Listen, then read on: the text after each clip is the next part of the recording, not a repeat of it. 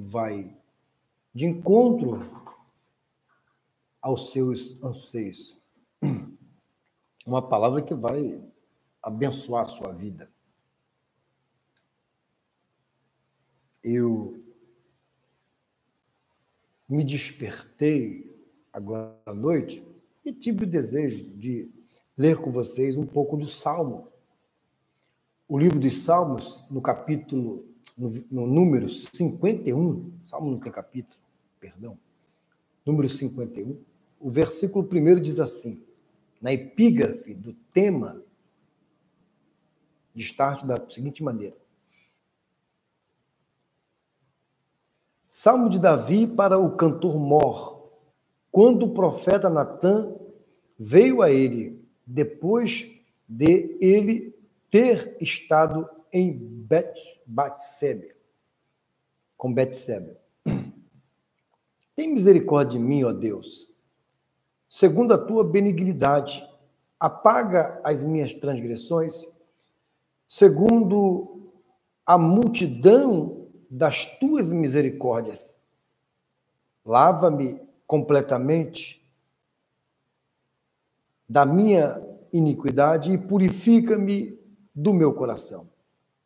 Porque eu conheço as minhas transgressões e o meu pecado está sempre diante de mim.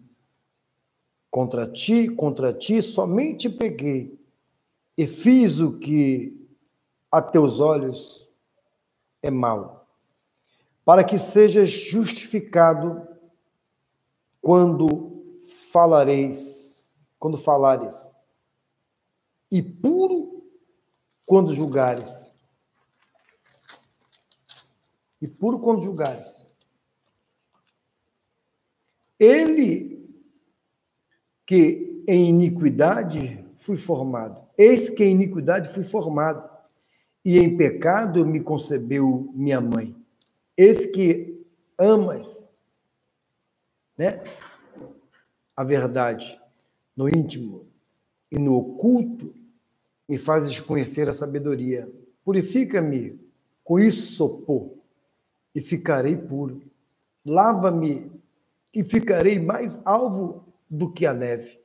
Fazem ouvir júbilo e alegria, para que gozem os ossos que tu quebrastes.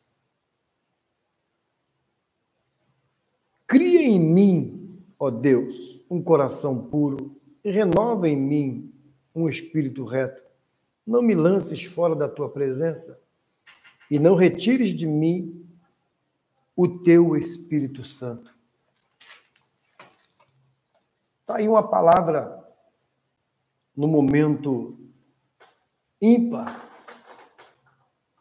de Davi, do grande rei Davi, o homem que foi escolhido segundo o coração de Deus.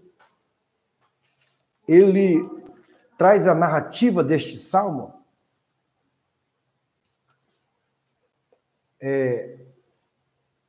colocando a sua vida e apresentando a Deus as suas causas. O salmo de número 51 é um salmo íntimo, é um salmo que Davi, ele se declara a Deus. Ele chega e se achega a pé Deus, pedindo praticamente uma intervenção divina a respeito dele mesmo. Ele reconhece as suas transgressões, ele reconhece as suas falhas, reconhece as suas iniquidades. Ele traz na presença de Deus algo que mexe profundamente com a alma dele. Davi não estava bem. Davi, ele, quando recita este salmo e transcreve-o para os nossos dias, que são atuais, essa palavra é atual. Essa palavra ela tem que mexer com cada um que ler este salmo. Porque Davi, quando começa o Salmo 51, né, que lemos, ele diz: tem misericórdia de mim. Tem um homem que foi escolhido com as palavras do próprio Deus a Samuel, dizendo: achei um homem segundo o meu coração. Achei aquele que vai reinar sobre todo o meu povo. Achei um homem que tem um coração quebrantado, que tem a tendência de se humilhar perante a minha face.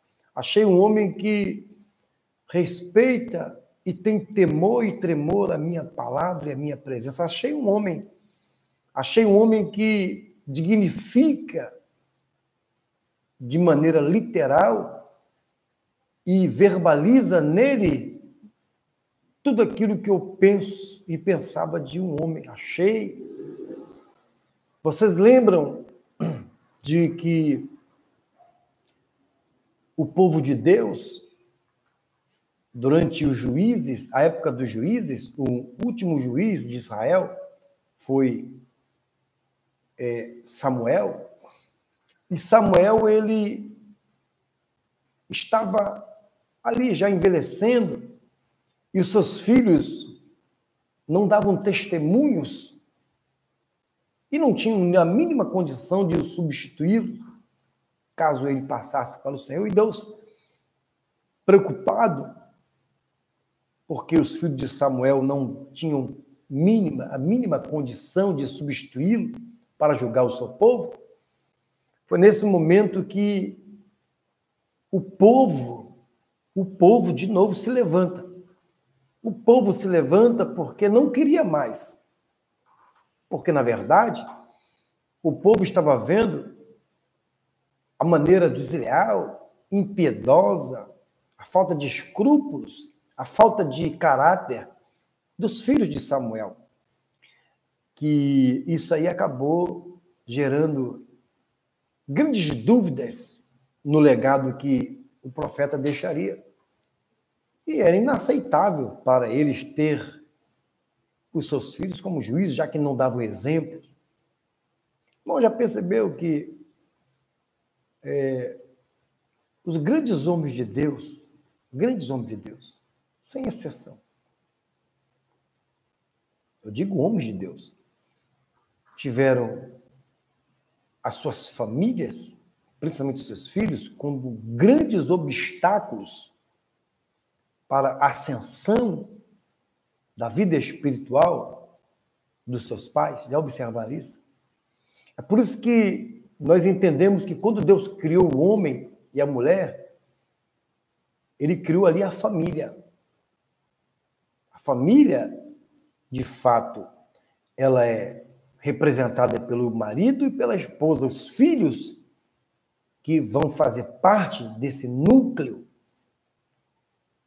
que vai agregar essa célula máter, que é a família, ela vai crescer porque os filhos, como são heranças de Deus, vai compor as famílias.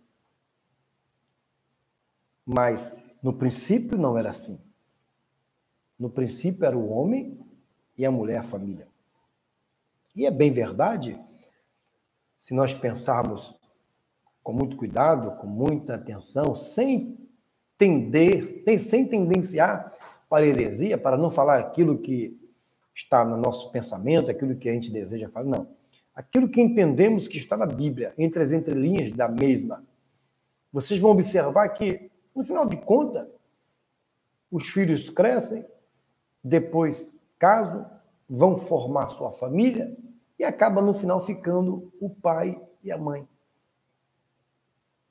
A família original. Por isso que entende-se por família. Você lembra também quando Paulo ele descreve a carta a Timóteo, principalmente acerca da escolha e das qualificações para o santo ministério, quando ele declara o marido de uma só mulher, que governe bem a sua casa e que tenha os seus filhos em sujeição, ou seja, em respeito. É o mínimo que se pode aceitar para alcançar o santo ministério. Vocês observem que Davi, ele começa o salmo dele dizendo: tem misericórdia de mim. O quê? Quem? Quem vai ter misericórdia de Davi? Quem? Ó Deus, tem misericórdia de mim, ó Deus. Nós compreendemos que somente um é aquele que possui a infinita palavra verbalizada, misericórdia, nele próprio. O Verbo encarnado, que é Jesus, que habitou entre os homens, ele falava o tempo todo dessa palavra. Piedade, misericórdia, amor, compaixão. Isso fazia parte do dicionário bíblico das palavras que contextualizavam aquilo que estava dentro do Filho de Deus. Porém, Davi começa esse salmo se declarando, pedindo, implorando, suplicando a misericórdia de Deus. Tem misericórdia de mim, ó Deus. Segundo a tua bondade ou benignidade, apaga as minhas transgressões, segundo a multidão das tuas misericórdias. Mais uma vez, ele usa a palavra misericórdia para que Deus apagasse os seus pecados. Você lembra que no passado, quando Deus autoriza Moisés a instituir o sumo sacerdócio, ao qual aprova o Senhor escolher Arão, irmão de Moisés, como o primeiro sumo sacerdote. Vocês lembram que o povo passava o ano todo pecando, murmurando, e uma vez por ano o sumo sacerdote entrava no lugar santo dos santos, ali começava a haver o sacrifício dos animais, e um animal era sacrificado, e o sangue dele era conduzido pelo sumo sacerdote, e ali ele entrava no lugar santíssimo, no lugar santo do santo, onde estava a Arca da Aliança, e ali ele, nas pontas, da arca, ele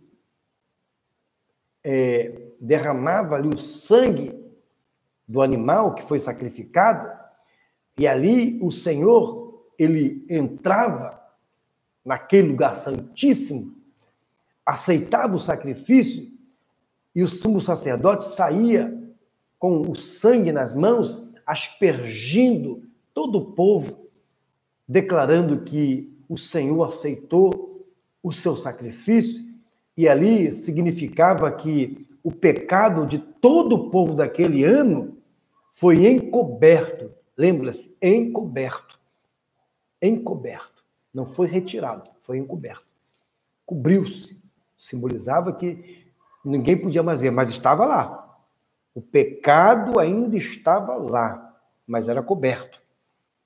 Um cobertor, como se um cobertor, uma cortina, cobrisse todo o pecado.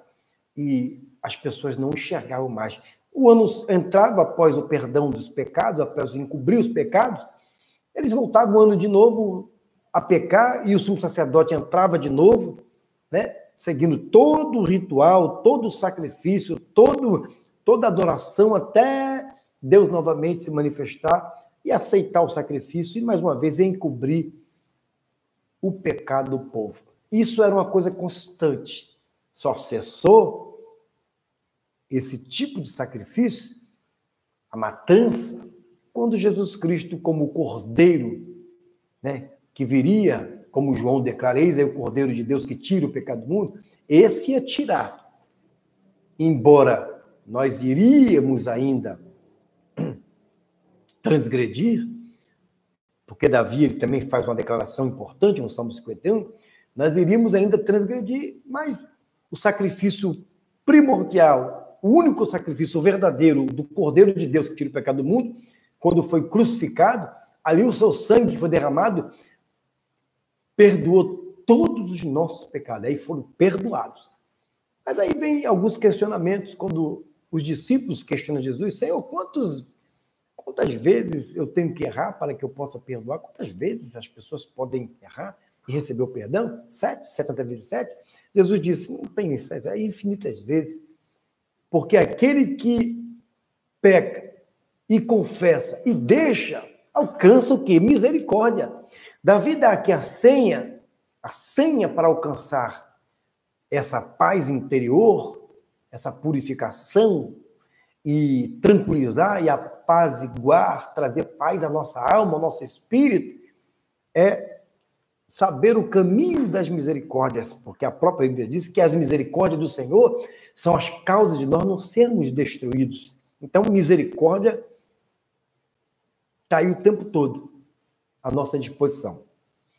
Ele avança e diz, lava-me completamente da minha iniquidade, purifica-me do meu pecado.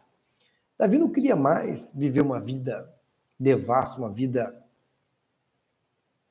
Ele sentia muito aquilo que ele projetou em relação a Urias, né?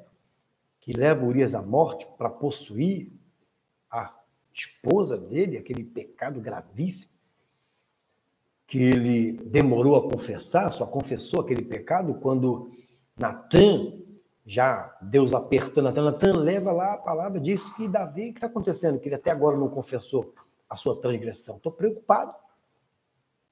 Vá lá e fala para ele confessar o seu pecado. Mais ou menos dessa forma. E Natan teve que ir diante do rei para trazer essa revelação. Porém, não é simplesmente dizer, você está em pecado. O rei Davi era um rei sanguinário. Ele era mau. Davi era um assassino. Ele matava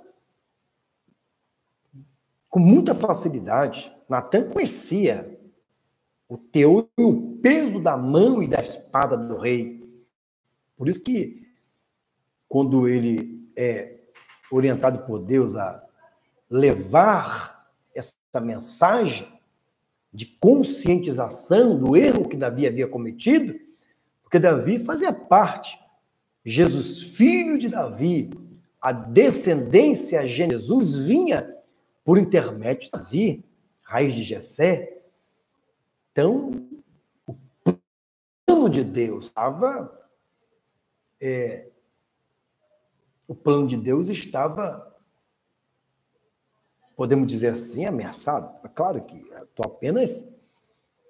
Claro que Deus, ele é poderoso, podia mudar todas as coisas, mas vamos seguir essa orientação. Quando Natan se aproxima de Davi, Natan fala, como é que eu vou dizer que Deus está cobrando a confissão do rei pela transgressão? E agora? Natan embola uma história sobre uma pessoa muito rica, que possuía muitas ovelhas, muitos gados, mas ele queria dar uma festa e resolveu pegar a única ovelha daquele outro homem que possuía na sua terra, e ali tomou a ela e sacrificou e deixou aquele homem sem nada, não satisfeito, ainda levou o homem à morte. Davi, quando ouve falar desse jeito, aí Natan, o que devemos fazer com este homem, ó rei? E ele vai e declara, digno de morte é este homem, mostra-me quem é, para que eu possa fazer justiça. Aí Davi dá a senha para Natan. Aí o profeta diz, pois é, Davi, tu és este homem. Porventura, Deus não te deu todo o poder e o reinado sobre Israel? Porventura, Deus não lhe deu toda a riqueza e poder para bater seus inimigos. Porventura, Deus não lhe daria qualquer mulher. Porventura, Deus, ele não daria tudo aquilo que você viesse a pedir a ele? Não, mas você, não satisfeito com isso, não só possuiu a esposa de Urias, mas também o conduziu à morte. Pois assim diz o Senhor, nunca mais a espada vai sair da tua família, da tua casa.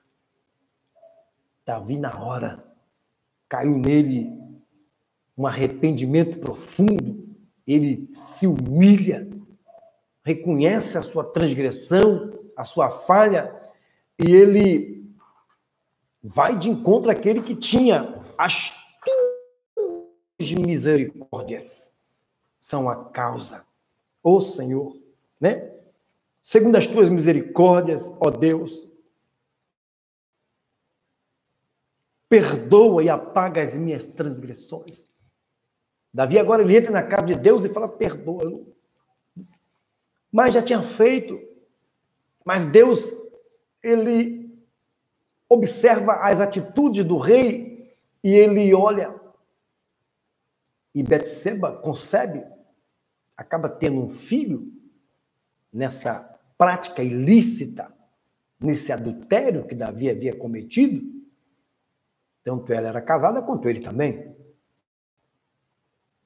E agora, quando o filho dele nasce, morre, Deus o mata. Claro, inocente a criança, mas foi Deus que tirou a vida daquela criança. Que relatou, inclusive, Davi foi orar, foi pedir misericórdia, foi pedir para que Deus mudasse de ideia, mas Deus não aceitou. Deus não concordou. Escute, irmãos, deixa eu te dizer uma coisa nesta noite. Deus jamais vai concordar com as coisas erradas. Deus jamais vai passar uma borracha nas coisas erradas. Deus jamais vai abençoar e vai pôr a mão dele, que é pura, que é santa, em algo que é obscuro, em algo que é limitado e delimitado pelo pecado, algo que jamais venha a desagradar, a atingir a santidade de Deus. Deus não vai concordar com o erro. Deus não concorda com o erro. Tá? Então, aqueles que vivem no erro, achando que Deus está abençoando e está colaborando, muito pelo contrário, cuidado. Davi estava no erro e demorou muito tempo para pedir perdão. Mas Deus o perdoou. Tanta verdade que quando a criança nasce, ela morre. Depois, e Davi foi jejuar para que Deus conservasse a criança viva, e depois que a criança morreu, Davi terminou o jejum dele, e Natan falou assim, por que paraste de orar e de jejuar? Por que eu haveria de continuar? A criança já morreu. Não tem mais motivo, né? Davi era desse jeito, irmão. Respostas frias. Ele dava uma resposta e não media palavras. Ele tinha na ponta da língua a resposta. E também as soluções. Era um rei muito inteligente, mas muito calculista. Pois bem, depois de um tempo, de Deus dar, de fato, uma saraivada de disciplina no rei, e depois teve um filho chamado Salomão, ao qual Deus abençoaria. Deus abençoou Salomão, porque o perdão já havia, né? Não tem assim que é escrito, sem derramamento de sangue não há remissão de pecado. Infelizmente, houve a morte, houve derramamento de sangue, a criança morreu. Houve, então, o perdão do pecado, à custa de sofrimento, porque ele era o pai e ela era a mãe. Com certeza, Betseba deve ter acusado Davi pela morte do filho. Porém, o tempo passou, eles se perdoaram, e Deus contemplou eles com mais um filho, chamado Salomão. Bom, nasce Salomão, e Davi, ele deseja construir o templo, lembra? Deseja construir o templo, e Natan também concordou, E depois Deus falou, ei, Natan, quem foi que te autorizou a autorizar o Davi a construir uma coisa? Porventura, eu te mandei dizer para que Davi fosse ele que iria construir a minha casa? Negativo, volte lá e desfaça o que você falou. Olha que coisa terrível. Davi, Natan ficou numa situação difícil. Ele fala que, boa, teu pensamento é muito bom, faça conforme você está desejando. E quando ele termina de dar essa palavra de praticamente uma autorização para Davi construir o templo, e depois tem que voltar para desfazer. E agora, como é que você faz? Aí Natan vai lá e conversa com Davi, tu não vai construir o templo. Porque Deus manda te dizer que a casa dele não pode ser construída pelas suas mãos, porque as suas mãos derramou muito sangue inocente, sangue de pessoas que pecaram, culpadas, mas derramou ambos os sangues. E Davi, e quem vai construir o templo? Davi, teu filho vai construir o templo. Era Salomão, preparado a isso por Deus. Irmãos, aí Davi, ele escreve esse salmo com toda essa situação contra ele. Davi agora, vai para os pés do Senhor. Davi cansou, irmãos. Às vezes o povo olhava para ele e olhava assim e via. O que está acontecendo no meio da família de Davi? Absalão, meio sinistro, meio esquisito. Roboão, Roboão não. Amon, estuprando a irmã de Absalão, tudo filho. Natan disse, o erro de Davi, irmãos, entenda uma coisa, tudo que Deus falou que não seria da casa de Davi era essa. Filho contra pai, ao ponto de Absalão, ele perseguir o pai e usurpar o reino do pai.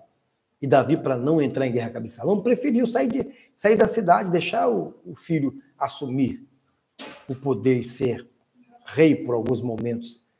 E depois, vocês conhecem a história. O general de Davi teve a ordem de Davi para ir buscar Absalão, vencer a batalha, mas não matá-lo. E ele acabou sendo sacrificado. Lembra? A espada não vai sair da sua casa. Quando fala de espada, fala de guerra, morte, de batalha. E Davi, ele tinha tudo isso no coração, na mente. Davi estava se sentindo sujo por dentro, embora com roupas reais, embora rei, mas se sentia desse jeito. Se sentia completamente nu diante de Deus e dos homens. Só Davi sabia o peso que ele tinha dentro do coração, dentro da alma dele, da mente.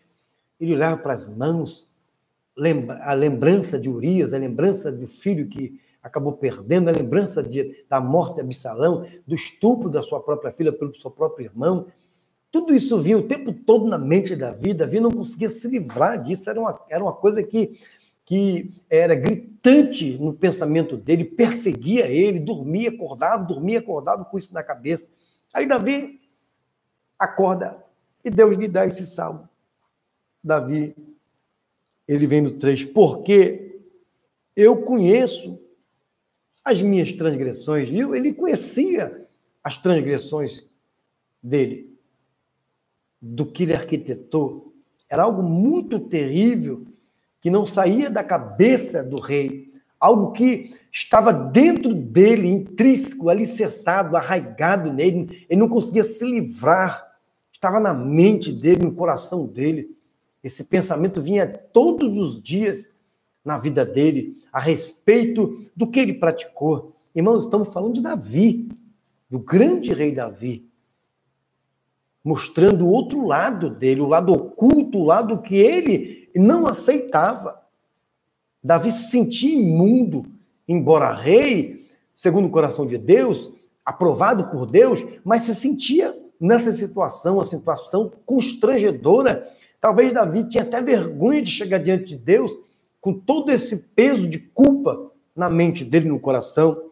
Aí Davi fala, lava-me completamente da minha iniquidade e purifica-me dos meus pecados.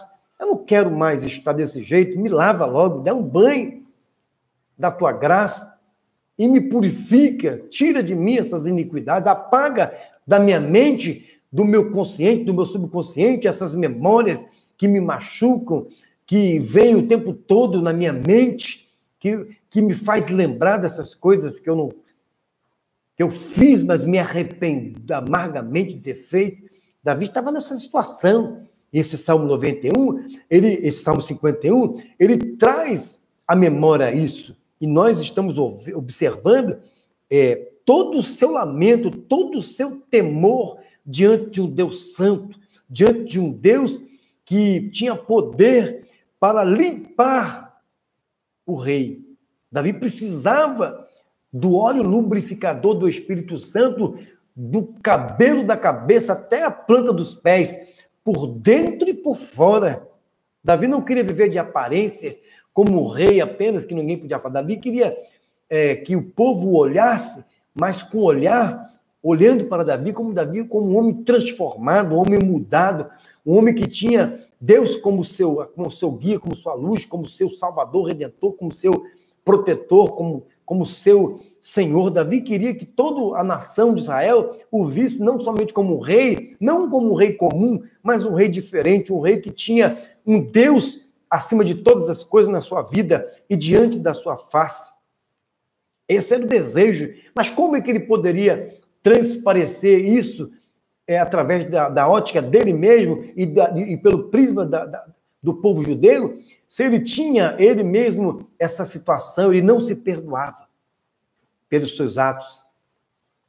E aí Davi, no 4, diz: contra ti, somente pequei, e fiz o que a teus olhos é mal, para que sejas justificado quando falares e puro quando julgares. Davi não queria mais ser reprovado por Deus, embora Deus já havia perdoado, mas o simples fato de ser perdoado, você também precisa se perdoar.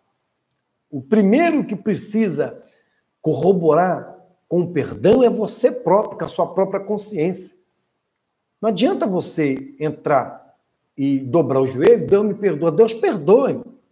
Deus perdoa, porque Ele não pode contradizer, porque Ele perdoa as nossas transgressões.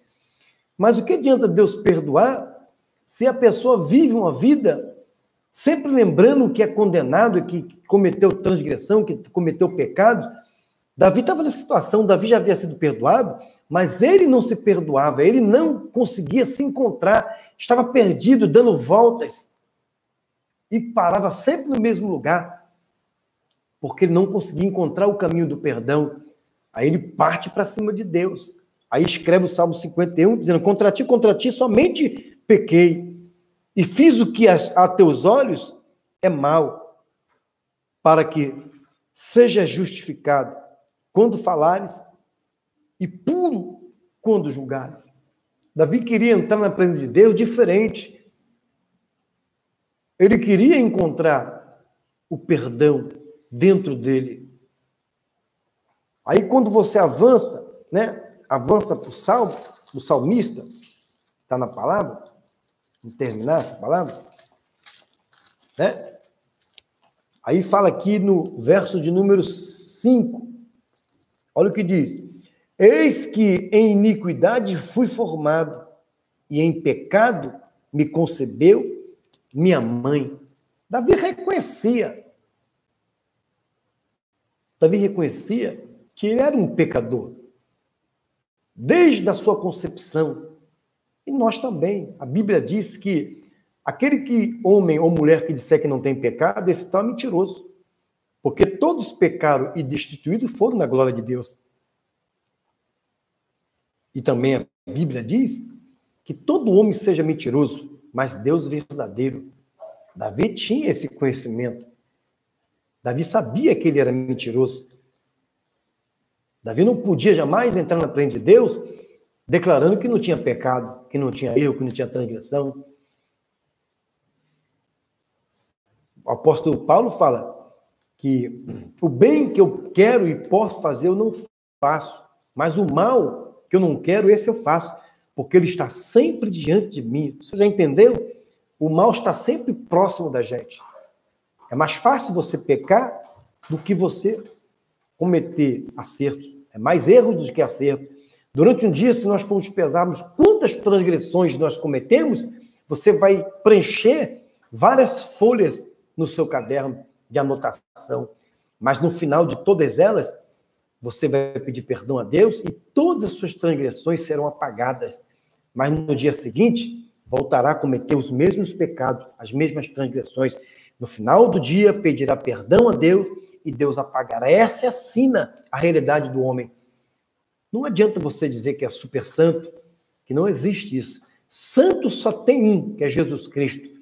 Nós somos justos, não por a nossa justiça em si. Nós somos justos porque fomos justificados por Cristo, porque Ele é o único justo. Ele é justo. Então, por intermédio da justiça de Jesus, nós somos considerados justos, mas justo nele, por ele, através dele e para ele. Porque sem ele, a nossa justiça, como diz o livro de Jó, é como trapo de imundícia, não presta para nada. Né? Nós não somos justos. Nós buscamos uma proximidade de Deus. E diz aqui o verso 6, olha, eis que amas a verdade no íntimo, e no oculto me fazes conhecer a sabedoria. Você está entendendo? Davi aqui, ele reconhece quem é Deus.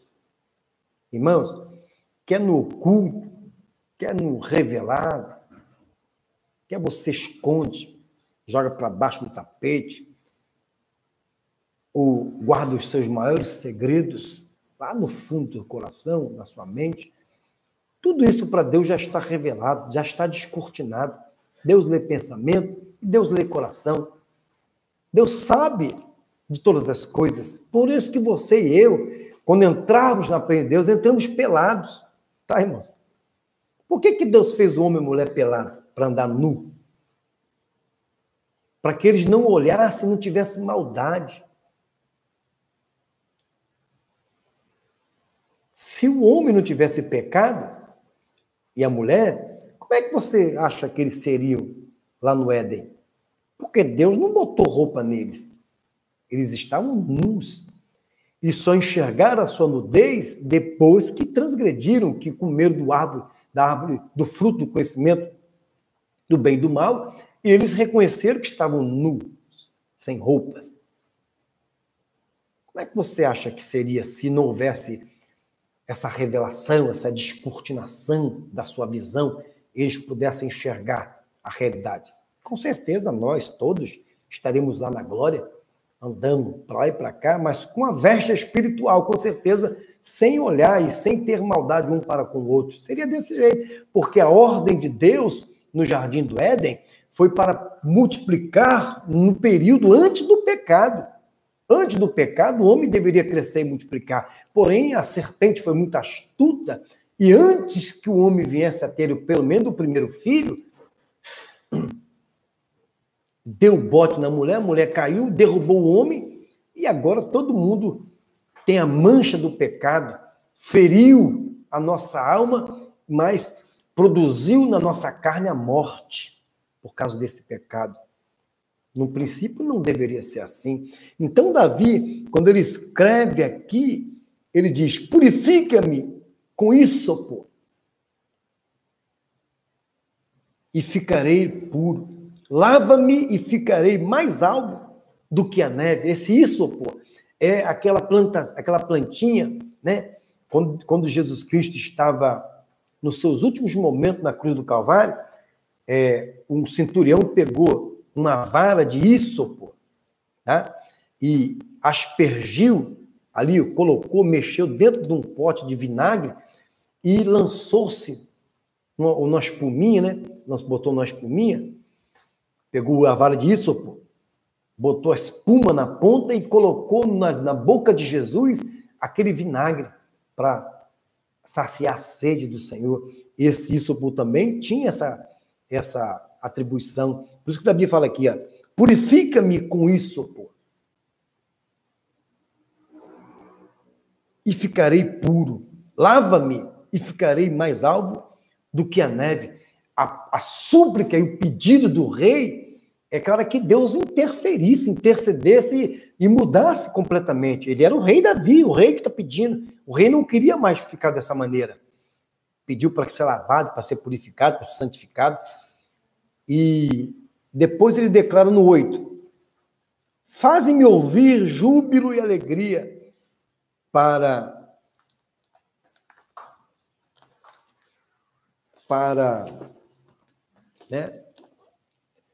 que gozem, faze-me ouvir júbilo e alegria, para que gozem os ossos que tu quebrastes. Você está entendendo, irmãos? É muito profundo. Davi se sentia completamente esmigalhado, os ossos partidos, quebrados. Ele não estava inteiro diante de Deus. Ele se sentia completamente destruído. Ele estava completamente arrasado, porque ele não se sentia perdoado e nem se sentia, através do seu entendimento, que o perdão estava longe, ao ponto deles queria sentir os seus ossos.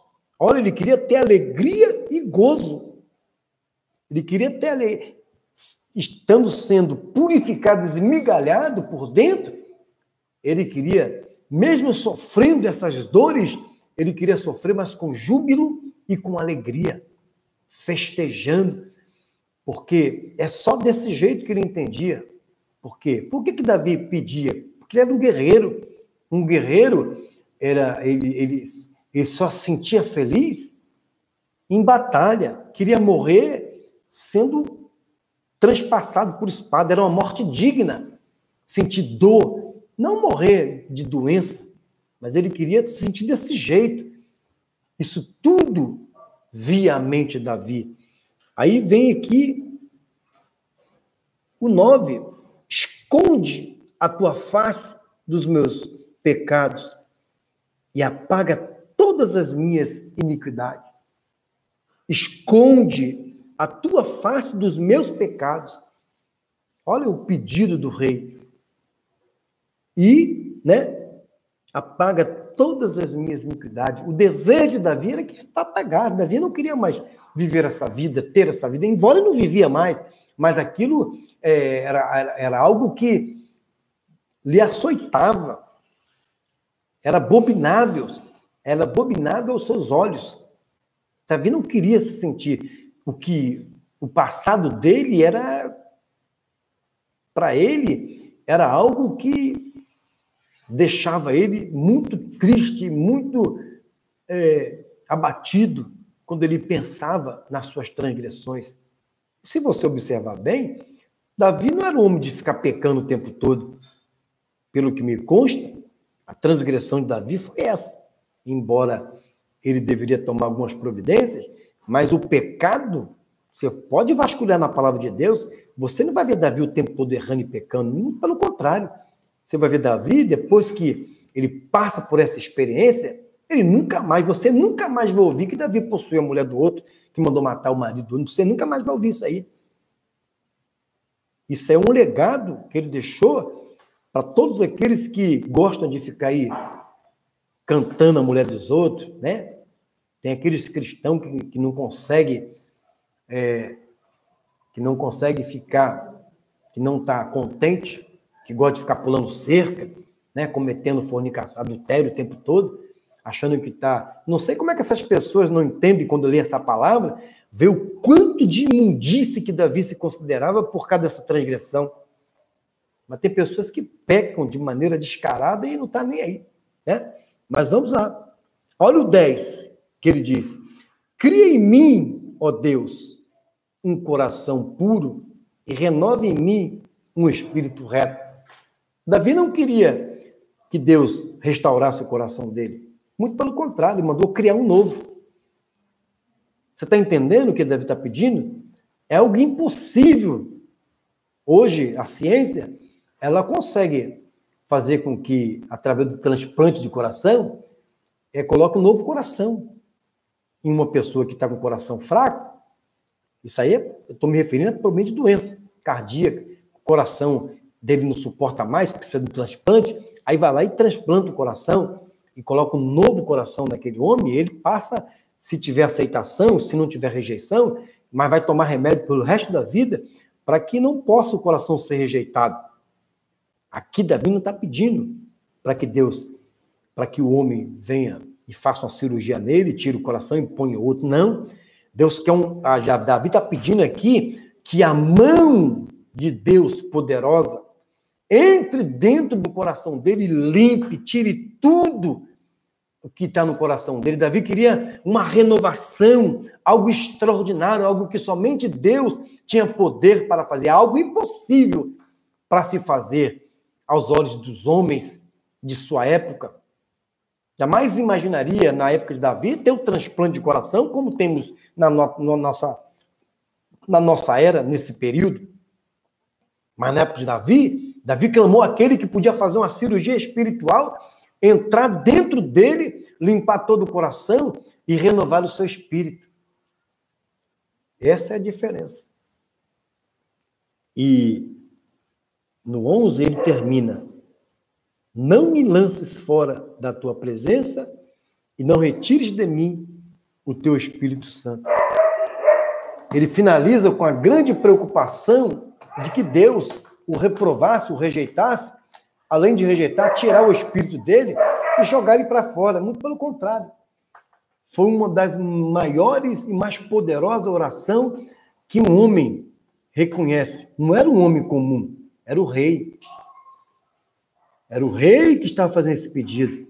O que eu quero te dizer nesta noite, nesta palavra, é que nós precisamos também entrar na presença de Deus e pedir para que Deus limpe o nosso coração, purifique a nossa mente, renove o nosso espírito e não nos lance fora da presença dele. Que Deus possa, nesta noite, entrar na tua casa, na tua família, limpar o teu coração, limpar a tua mente, te dar um banho, purificar o teu corpo, trazer paz interior, trazer graça, trazer virtude, trazer júbilo e alegria para que você possa entender e compreender que você é filho de Deus, você faz parte desse corpo, você faz parte dessa igreja vitoriosa. Deus é contigo, Deus ele é abençoador e quer te abençoar. As misericórdias do Senhor está contigo, vai lhe alcançar. Você não vai ser consumido, você não vai ser destruído, você não vai ser abatido, você não vai ser enfraquecido, você não vai se desviar, você não vai sair da presença de Deus. Deus te controla, Deus te coordena, Deus ele te orienta, Deus ele te conduz pelo esse caminho glorioso, pelo esse caminho de paz, caminho de graça, caminho de virtude, caminho de maravilha, caminho de poder. Deus está contigo esta noite. Esta é a palavra que eu tenho para o teu coração. Deus está contigo. Fique com essa palavra e entenda que Davi foi perdoado, foi purificado, foi transformado e através de Davi veio a raiz dele, gerou até chegar na pessoa bendita e inaudita de nosso Senhor e Salvador Jesus Cristo. Deus criou um coração novo para Davi, deu uma nova esperança, uma nova vida, um novo momento, uma nova virtude, uma nova felicidade, deu para ele um caminho novo. Vai dar para você também e para mim. Afinal de contas, também nós somos filhos de Deus. Tá? Que Deus te abençoe e guarde a tua casa. Vamos orar em nome de Jesus? Deus, em nome de Jesus, te agradecemos. Cria em todos nós um coração digno, um coração honesto, um coração puro, um coração santo, um coração verdadeiro, um coração de adorador. Abençoa a tua igreja, te entrego o pastor Nilton, nosso pastor, pastor Eliel, pastor Felipe, nossos pastores gerais da Igreja Central e desse grande ministério. Te entrego toda a igreja na terra, te entrego Israel nas tuas mãos, te entrego 3 Lagoas de Mato Grosso do Sul nas tuas mãos. Que o teu nome seja glorificado, que os nossos corações nesta noite sejam purificados e que a nossa mente seja limpa, para que nós possamos ter pensamentos apenas do reino e da graça e da tua glória. É o nosso pedido nesta noite, no nome santo e bendito de Jesus, que vive e reina para todo sempre. Amém, amém e amém. E a vitória é nossa pelo sangue de Jesus.